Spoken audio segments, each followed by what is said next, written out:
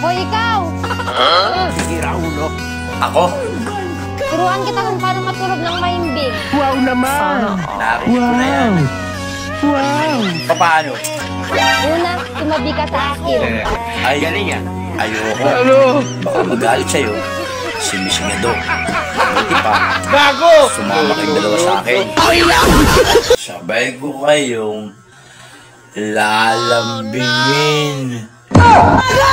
Putang ina. Gago! Anong lang, boy? O ano yun? Bakit ba kailangan nyo pang sabihin sa amin na malapit na ako? Malapit na ako? Ano ba gusto niyo? Salubungin namin kayo. Bakit? Nagagalit ba kami? Pag sinasabi nyo, ayan na ako. Ayan na ako.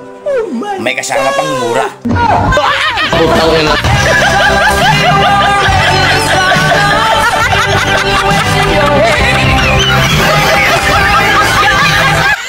Kasasabi lang ng friend mo na inaway mo siya.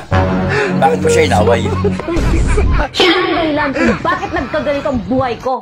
Masyado siya sinungaling. Bakit? Galing yan. Ano bang sinabi niya sa'yo? At masyado ka nagalit sa kanya? Kasi ang sabi ko sa kanya, na gusto kong maranasan na maging masaya at komportable.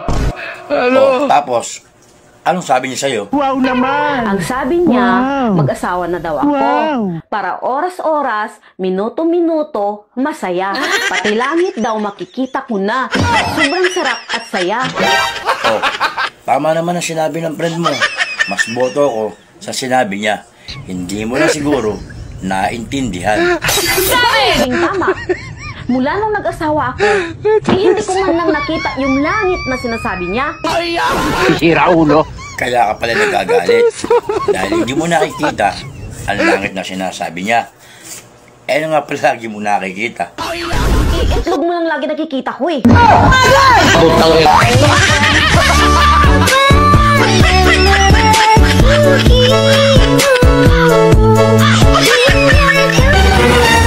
Hoy, ikaw!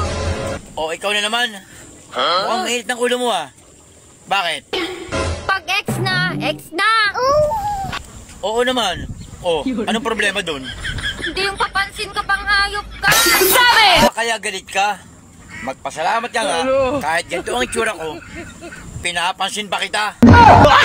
Putang ina. At ang pasukat mo, lalaki ako. Gago! Putang ina. Ay, ayaw kami.